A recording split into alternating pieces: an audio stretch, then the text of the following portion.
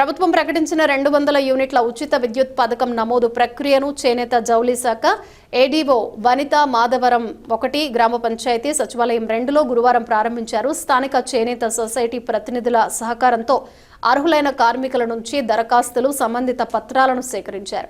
ఈ సందర్భంగా ఏడీఓ మాట్లాడుతూ అర్హులైన ప్రతి చేనేత కార్మికుడికి వచ్చే నెల నుంచి ఈ పథకం వర్తిస్తుందని తెలిపారు. ఇది నిరంతర ప్రక్రియ అని ఎవరూ ఆందోళన చెందాల్సిన అవసరం లేదని స్పష్టం చేశారు.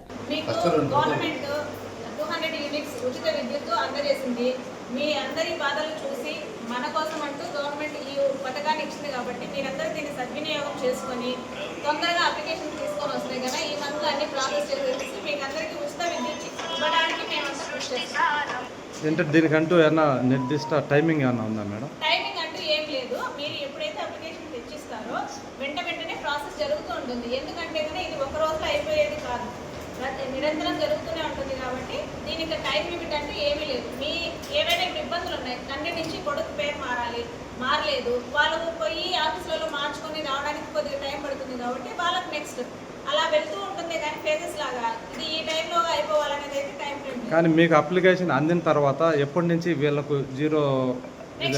నెక్స్ట్ మంత్ నుంచి 1వ తారీఖు నుంచి వీళ్ళకు ఆల్మోస్ట్ ఫ్రీ ప్రాసెస్ కంప్లీట్ అయిపోయి ఎవరికైతే ప్రాసెస్ అంతా కంప్లీట్ అయిపోయి ఉంటుందో వాళ్ళందరికీ ఆల్మోస్ట్ మేకి జీరో కరెంట్ వచ్చేదానికి పాసిబిలిటీ ఉంటుంది. మేడం కొందరికి చేయాలంటే ఓనర్స్ నుంచి ఒక నోటరీ తీసుకోవాలి. మనం వీళ్ళు మన దగ్గరే మా ఇంట్లోనే వీళ్ళు రెంటుకున్నారు. ఆ రెంట్ మీటర్ ఎందుకంటే అతని ఓనర్ పేరుతో ఉంటుంది కాబట్టి వీళ్ళంతా మా ఇంట్లో రెంటుకుంటున్నారు. వీళ్ళు చేనేత మగ్గాన్ని కలిగి ఉండి దాని మీద ఆధారపడి జీవనం సాగిస్తున్నారు. సో వీళ్ళు గవర్నమెంట్ అందించే ఈ గవర్నమెంట్ పథకానికి అర్హులు అని చెప్పేసి వాళ్ళు నోటరీలో సంతకం చేసి ఇవ్వాల్సి ఉంటుంది. ఆ నోటరీని మా